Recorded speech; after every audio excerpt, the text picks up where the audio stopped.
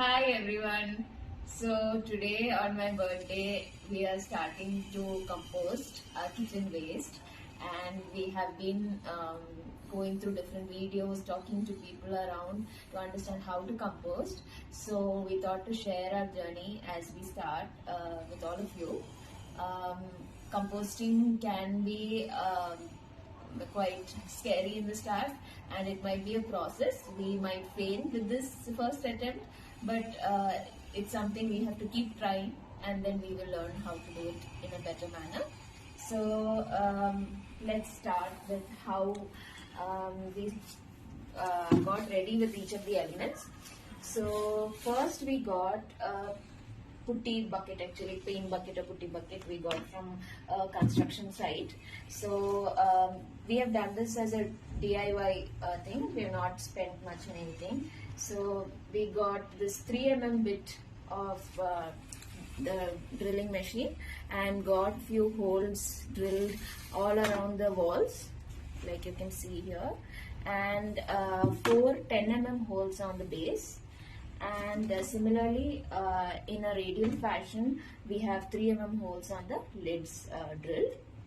So the more the better, I guess, on 5 or 6 in each line you can put. Once you have that, you can clean the bin, and also you need a ring to place it below for air circulation, and a plate to collect the leachate. So here we don't have particularly a ring, so using a flat based pot to collect the leachate. So we'll be placing our bin above that. So after that, we had collected dry leaves from the park nearby, and during this season we do have a lot of dry leaves around. Do have a look in the parks nearby or the streets. You would find such dry leaves.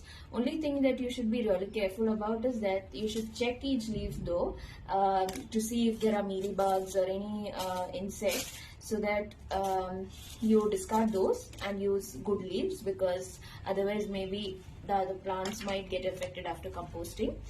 After this, after collecting these, we crush them. You can jog on it.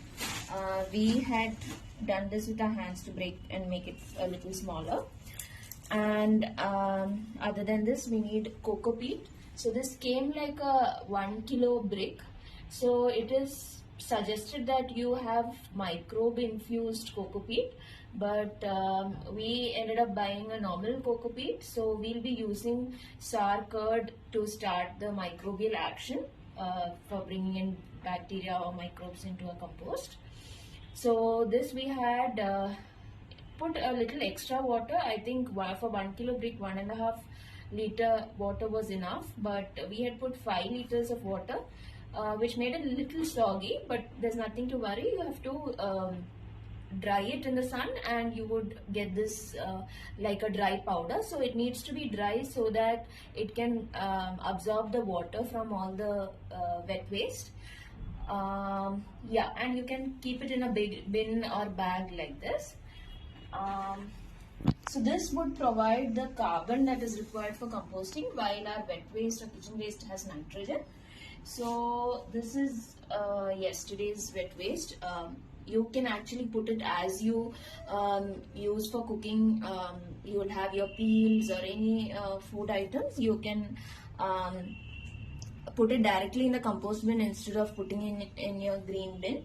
And we have also cut up bigger food items like watermelon.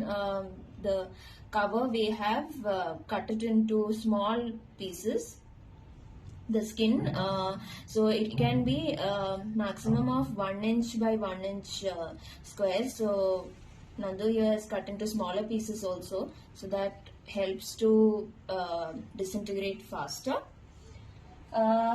You can use cooked food later if that's a concern, but that shouldn't be a problem. We have put even fish bones and so on. So only thing is, certain things might take longer to compost, but that shouldn't matter. We can even take those parts which are not composted yet and compost it in the next cycle again. So we have to keep at least 50% of the compost that we generate out of this for the next cycle. So that helps the action of the composting happen faster. So let's start with it then. And we have sour curd here, which I had stored and kept for this process. And if you show our garden that we plan to use our compost on. Okay. So yeah, so basically our idea was that we can grow our own vegetables using our compost. So we have tomato plants now. So hopefully with our compost we can have good and healthy plants, and we can reduce the waste that we are generating and handle it in our own homes. So I'm going to start with putting generous amount of dry leaves.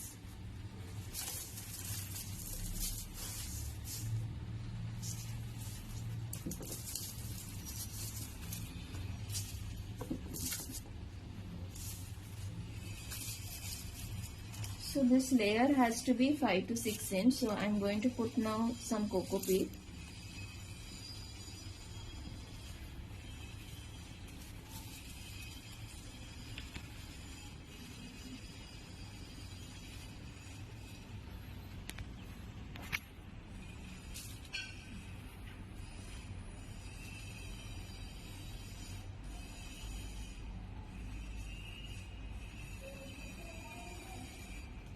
So now I'm going to put our kitchen waste.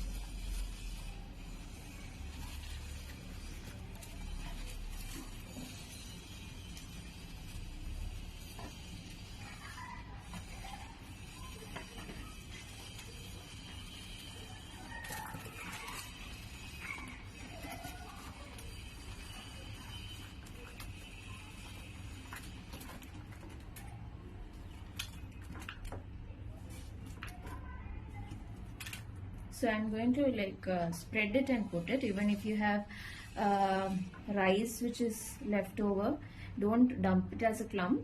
You have to break it so that it's easier to break down. After this again we'll have to put a layer of our cocoa peat.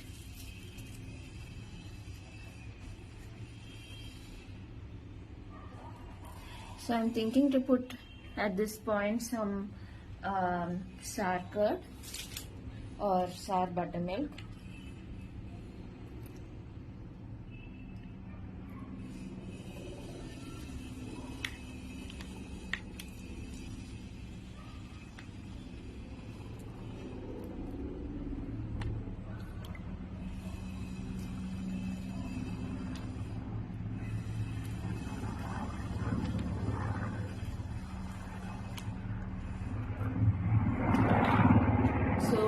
Want it to be very liquidy, for it can attract many insects. So I'm limiting it to this as we are starting.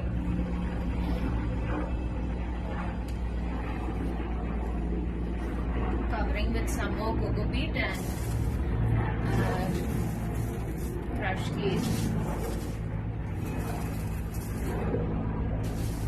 So the layer, it's like sandwiching the kitchen waste layer and carbon layer. We have to cover it well. It should be almost like 50% and 50%, equal amounts. We can even add jaggery water to reduce smell which would come, that would contain the smell which could be generated from composting. So that we would be maybe putting after 1 or 2 days. So after doing this, we are ready.